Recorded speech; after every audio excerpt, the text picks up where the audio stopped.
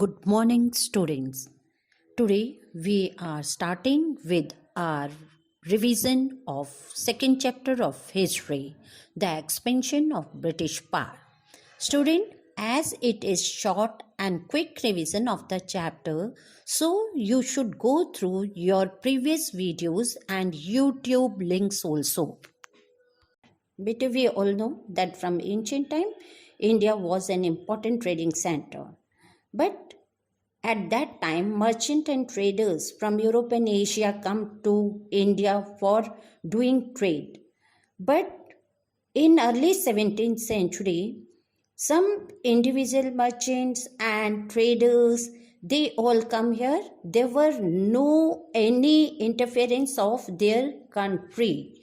But in course of time, this pattern changed. Some European country began to form trading companies. One of them was English East India Company. It was started by a group of merchants. In 1600, Queen Elizabeth I gave it a charter which granted the company the exclusive right to trade with the East.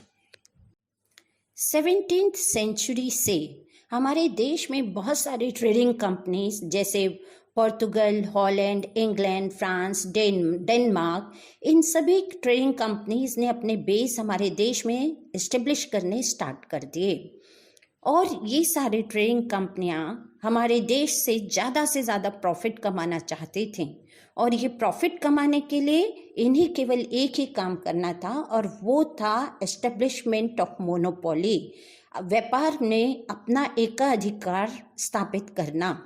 और इसी के लिए इन companies में आपस में झगड़े होते रहते थे। So, in course of time, the Portuguese, the Dutches and the Danes were ousted from the Indian trade. The English and the French became the key players, dominating trade between India and Europe, and numbers of wars were fought between them. These wars between Anglo and French, these wars are known as Carnatic Wars because it was fought in today's state Tamil Nadu. English and French clashed thrice in Carnatic. The war lasted for nearly 20 years from 1744 to 1763.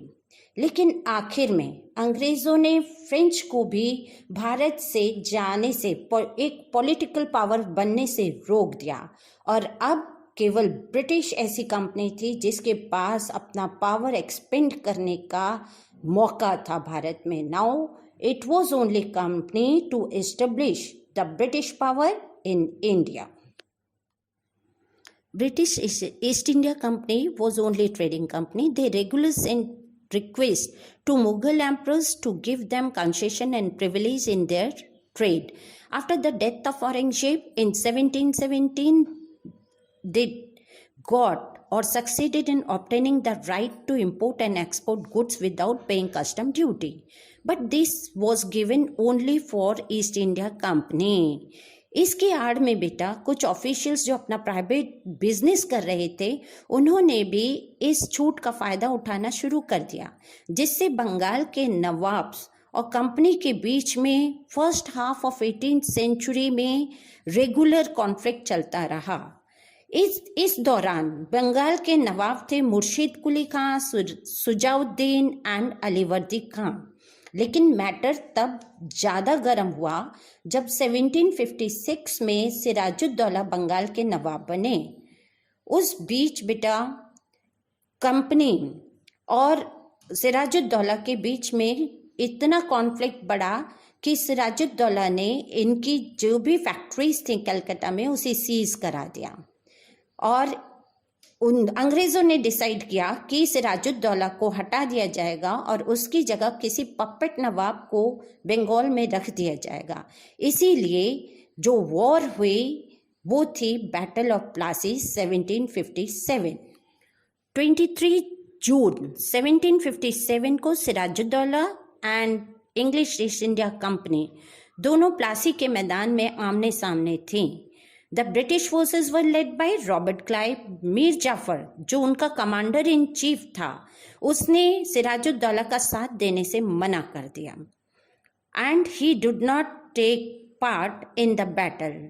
One of the richest banker of that time was Jagat Seth. He also refused to help Nawab Sirajuddaulah. In this war, Sirajuddaulah was defeated, imprisoned, and later killed. The British made Mir Jafar the Nawab of Bengal. Britishers replaced Mir Jafar by Mir Qasim. Now Mir Qasim was the new Nawab of Bengal. कुछ दिनों तक Britishers की हर बात मानने के बाद मीर कासिम ने अपने आप को ब्रिटिशर्स के कंट्रोल से आज़ाद करने की सोची और इसीलिए ब्रिटिशर्स ने अब डिसाइड किया कि वो मीर कासिम को भी डिस्पोज कर देंगे. And this was the result of the battle of Buxar in 1764. 1764 में ब्रिटिशर्स ने मीर कासिम को बहुत सारी वॉर्स में हराया. Then Mir Qasim fled to Awadh. He formed an alliance with Sirajuddaulah, the Nawab of Awadh, and Shah Alam II, the Mughal emperor. This combined army met the British forces at Buxar on 22nd October 1764. The Indian army was defeated. A treaty was signed and Shah Alam II granted the company the Diwani of Bengal, Bihar and Orissa. Sujauddaulah was made to pay 50 lakhs rupees as war damage. Mir Qasim was disposed and Mir Jafar was made the Nawab of Bengal. After victories at Plassey and Buxar, the English East India Company became the real ruler of Bengal. The kingdoms of Mysore and Marathas were the strongest rival of the British. So, the British launched wars against both. Let us first talk about war with Mysore. Hyder Ali and Tipu Sultan were two powerful rulers of Mysore. They opposed the British. They did not want the British to trade in this region. During 1766 and 1799, there were 4 wars between Mysore and the British.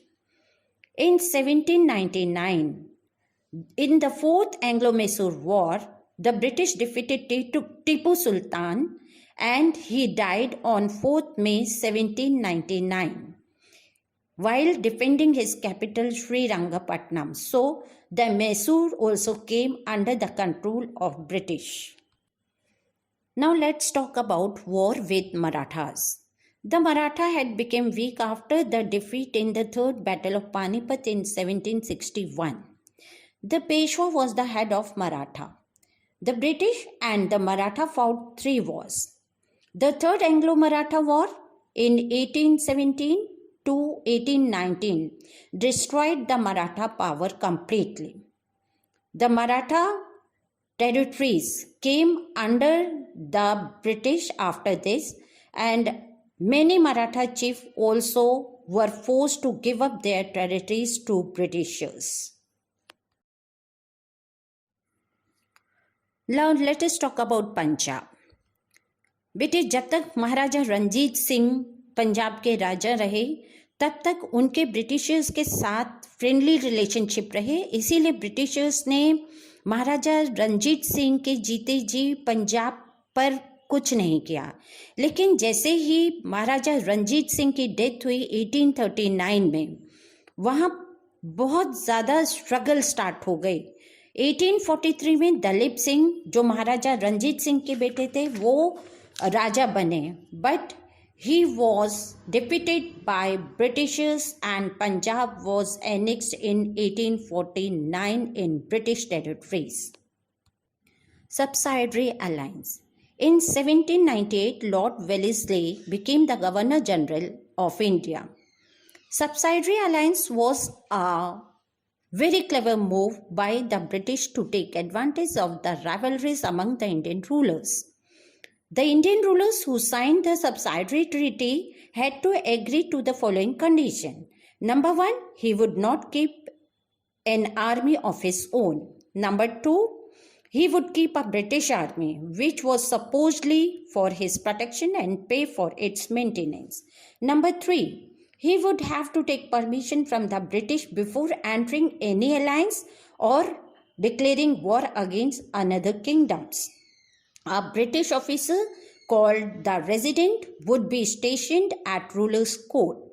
बेटा, इस subsidiary alliance के through Britishers ने बहुत सारे हमारे राज्यों को, हमारे किंगडम्स को अपनी टेरिटरी में मिलाया. एंड देवर Nizam of Hyderabad in 1798, Nawab of Awadh in 1801, Peshwa Bajirao II in 1802. Not only this, many Rajputana chiefs also accepted the supremacy of British and signed the treaty. So those who have signed this subsidiary alliance treaty, they were automatically merged in British territories. Doctrine of Lapse. 1848 में Lord Dalhousie governor general बने और वो अपने final stage में थे annexation की, और इसलिए उन्होंने एक पॉलिसी लागू की जो थी doctrine of lapse.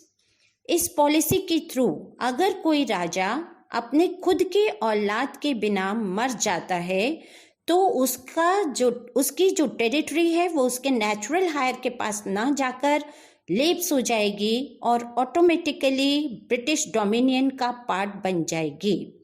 According to this policy, Dalhousie annexed Satara, Nagpur, Jhansi and many other small kingdoms.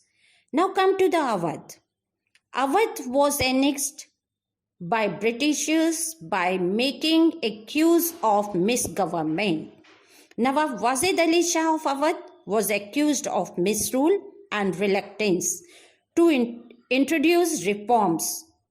Awadh was annexed in 1856, which created unrest among the Indian soldiers and the peoples or the natives of the Awadh.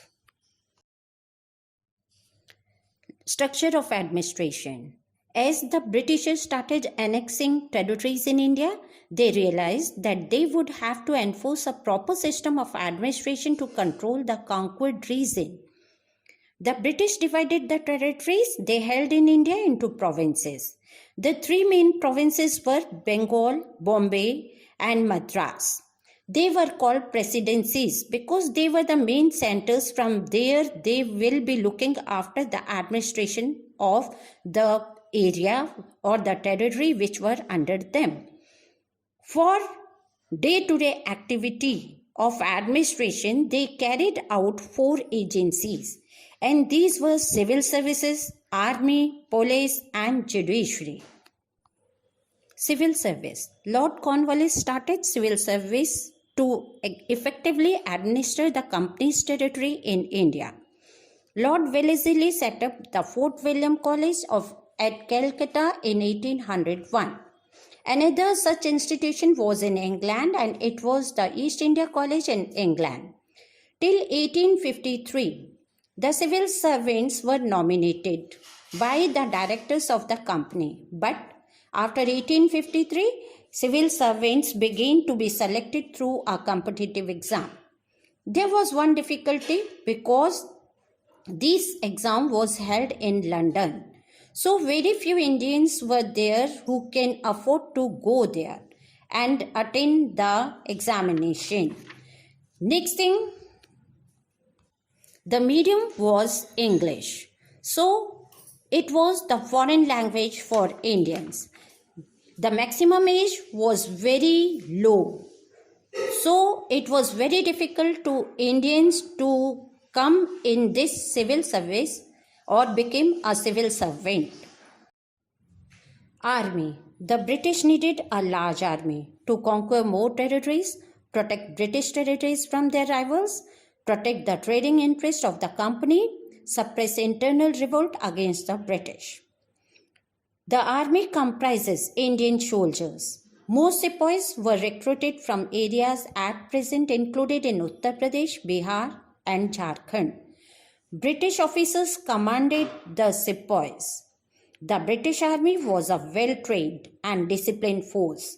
The sepoys were armed with muskets. The sepoys were loyal to their British masters, but conscious of their caste and religion. Police. The British needed an efficient police force to ensure law and order in their territories. Lord Cornwallis created a permanent police force in India, under which each district was divided into thanas, which were under darogas. Town and villages had kotwals and chowkidars. It succeeded in reducing major crimes, one of them being a ठगी. Judiciary, Britishers के आने के पहले हमारा जो law था वो हमारे लोकल कस्टम और ट्रेडिशन पे बेस्ड था, लेकिन ब्रिटिशर्स के आने के बाद उनके लिए अलग लॉज हो गए और हमारे लिए अलग लॉज हो गए, जिससे कंफ्यूजन क्रिएट होने लगा। इसलिए द बंगाल रेगुलेशन एक्ट 1793 में आया, जिसमें कहा गया कि जो जस्टिस है वो रिटन लॉज के ऊपर बेस होना चाहिए। So some of the Indian traditions were written down in the form of laws and regulations. This made laws uniform and easier to enforce. Warren Hastings and Lord Cornwallis gave a proper shape to the judicial setup. They set up civil courts, Diwani Adalat, and criminal courts, Fauzdari Adalat, at the district level. In 1833, a law commission was appointed to codify Indian laws. It compiled the Indian Penal Code (IPC) and established the principle of rule of law. It means that everyone is equal before the law. One law for all. This, however, was seldom practiced. The Europeans and Indians continue to be tried in separate courts. That's all, students. Thank you.